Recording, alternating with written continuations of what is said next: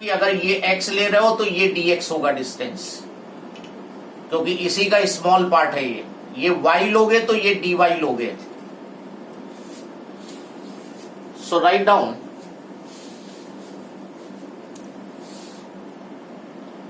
To find potential at point P due to point charge capital Q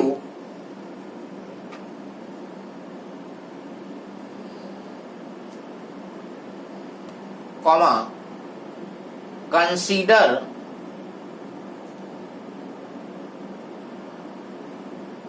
two points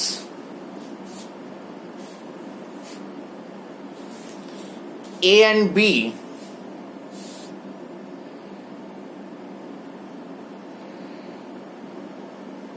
comma very small distance dx apart, very small distance dx apart। यहां पे potential निकालने के लिए तुमने दो point लिए हैं ए और B which are very very close to each other, उनके बीच में distance very small.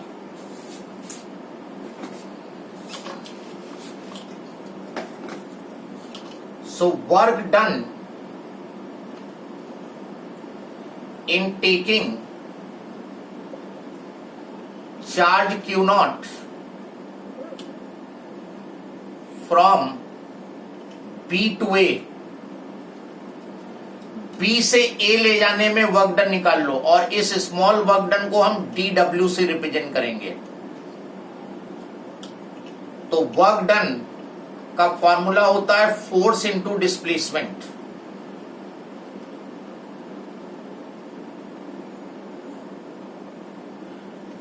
Into Fs cos theta. अब चूंकि A और B बहुत क्लोज लिए हैं तुमने, तो फोर्स को कांस्टेंट माना है। कोई बताएगा कि कितना फोर्स लग रहा होगा इसके ऊपर? यहां पर इस चार्ज की फील्ड में ये सिचुएटेड है। इस चार्ज की कहां पे सिचुएटेड है? फील्ड में। तो वर्क डन, फोर्स, इन दोनों के बीच में फोर्स, पहले एक स्टेप बढ़ा देते हैं, फोर्स एक स्टेप बढ़ा देते हैं। फोर्स मान लो F है, डिस्प्लेसमेंट इसका dx हो रहा है, लेकिन इस dx को हम निगेटिव लेंगे क्योंकि फोर्स राइट में लग रहा है और डिस्प्लेसमेंट लेफ्ट में हो रहा है। एज फोर्स एंड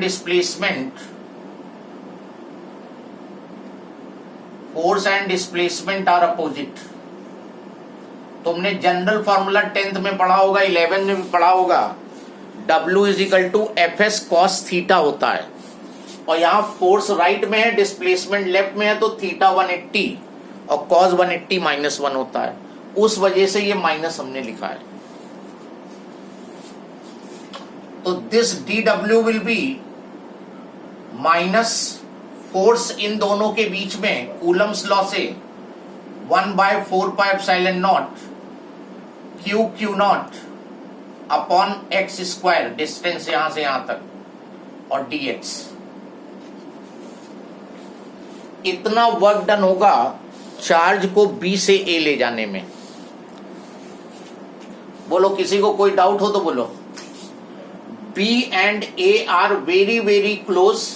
जब बहुत क्लोज हैं तो फोर्स कांस्टेंट मानेंगे।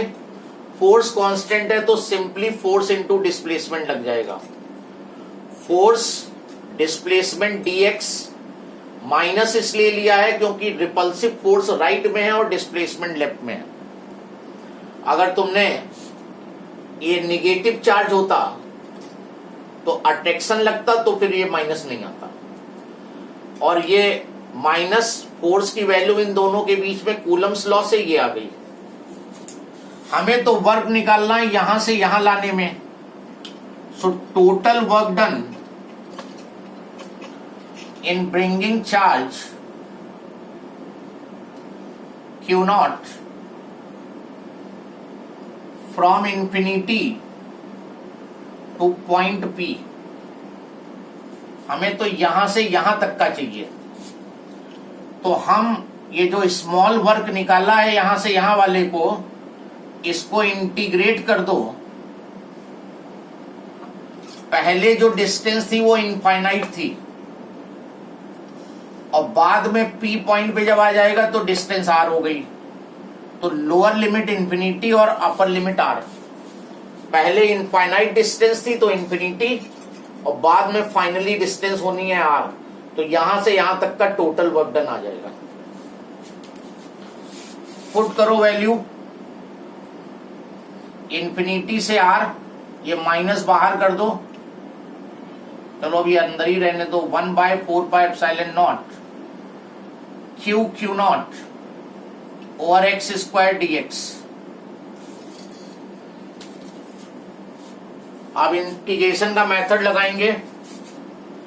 इंटीग्रेशन में कांस्टेंट बाहर आता है, तो -1/4πε0 कांस्टेंट, दोनों चार्जेस की वैल्यू कांस्टेंट, और इंटीग्रल होगा 1/x² dx का, क्योंकि x वेरी कर रहा है। चार्ज यहां पे है तो x ये है, चार्ज यहां आ जाएगा तो ये x हो जाएगा, यहां चार्ज आ जाएगा तो ये x हो जाएगा, और चार्ज जब यहां आ जाएगा तो x r के बराबर हो जाएगा। कोई प्रॉब्लम इस स्टेप में? ये नोट कर लिया सबने? Yes sir. Okay, yes sir. अब देखते हैं। पहले तो इसका इंटीग्रेशन देखते हैं, otherwise you can directly use, अगर याद है तो। ये फॉर्मूला तुमने पढ़ा था x की पावर n dx 11th में, सबसे जनरल फॉर्मूला था। x की पावर n+1 अपॉन n+1 होता था इंटीग्रेशन। तो यहां पे ये x 1/x² को लिखोगे x की पावर -2, ये x की पावर -2 + 1, n की वैल्यू -2 है, तो -2 + 1 अपॉन -2 + 1, जो कि आएगा x की पावर -1, और नीचे -1, जो कि -1/x लिख सकते हो। तो इसका इंटीग्रल -1/x, चाहे इतना दिखाओ या फिर डायरेक्ट लिख दो। चलो इसमें रखते हैं ये W = -1/4πε0 Q नॉट, और इस इंटीग्रेशन की जगह पे रखेंगे -1/x, तो इंटीग्रेट हो गया, -1/x आ गया, और लिमिट्स आफ्टर द ब्रैकेट चली जाती हैं फिर इंफिनिटी से आर। और अगला स्टेप होता है upper limit minus lower limit. एक बार x की जगह अपर लिमिट रख दो, फिर x की जगह लोअर लिमिट रख दो।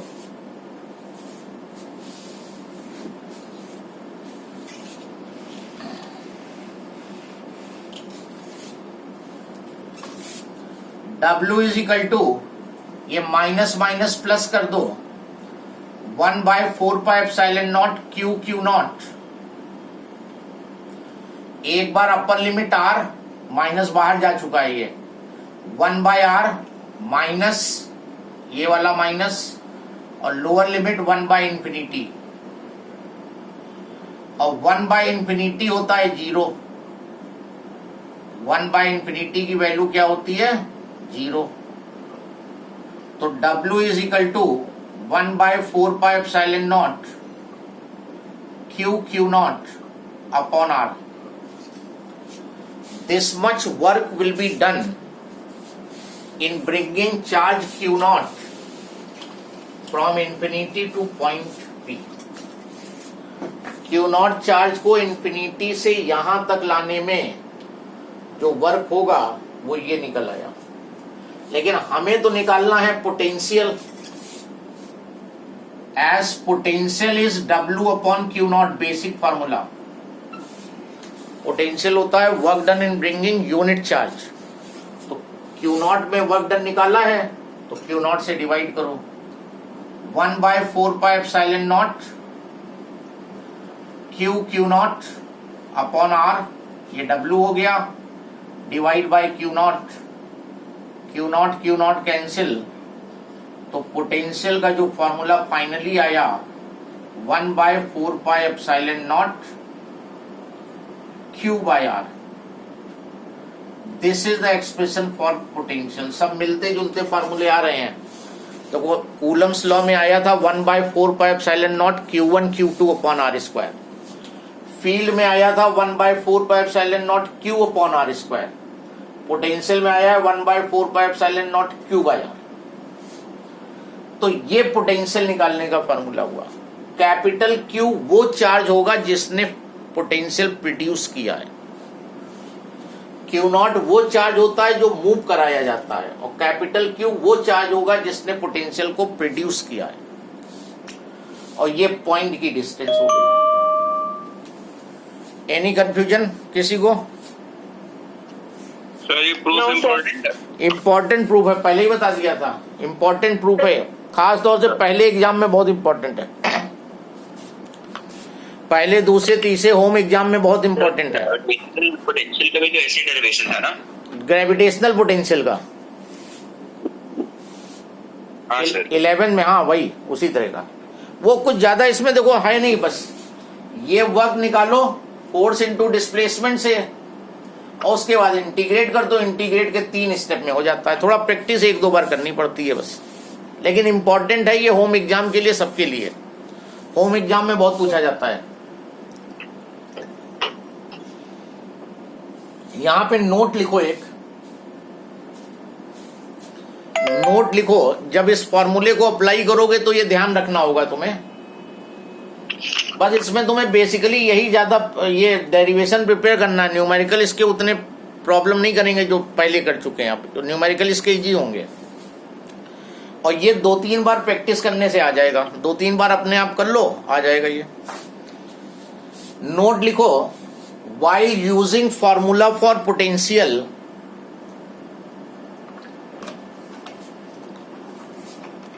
value of charge will be put along with the sign। Potential का फॉर्मूला जब भी लगाओगे तो चार्ज का साइन कंसीडर करोगे। मतलब अगर पॉजिटिव ने पोटेंशियल किया है, प्रोड्यूस किया है तो ठीक है, और अगर ये निगेटिव चार्ज होता तो यहां -Q लोगे थे। वैल्यू माइनस के साथ रखोगे अगर निगेटिव चार्ज है, और पॉजिटिव है तो पॉजिटिव रहेगी। किसी को कोई doubt? Any problem? No sir.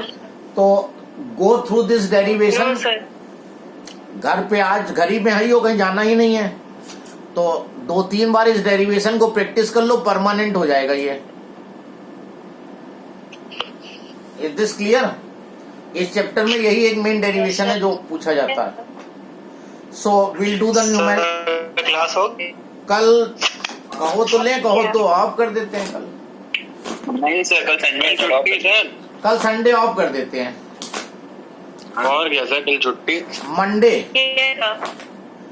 कल का तुम्हारे लिए होमवर्क है कि ये डेरिवेशन 3 टाइम्स करो, 5 टाइम्स। 5 टाइम्स बिना देखे करो, प्रैक्टिस हो जाएगी, परफेक्ट हो जाएगा। यस। किसी को और कोई confusion? So Monday will be doing the numericals on this topic.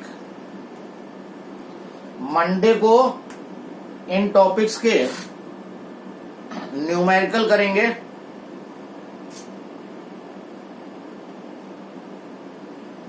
और किसी को कोई कंफ्यूजन हो तो बोलो। No problem? No sir. Okay, then good night. But do the derivation.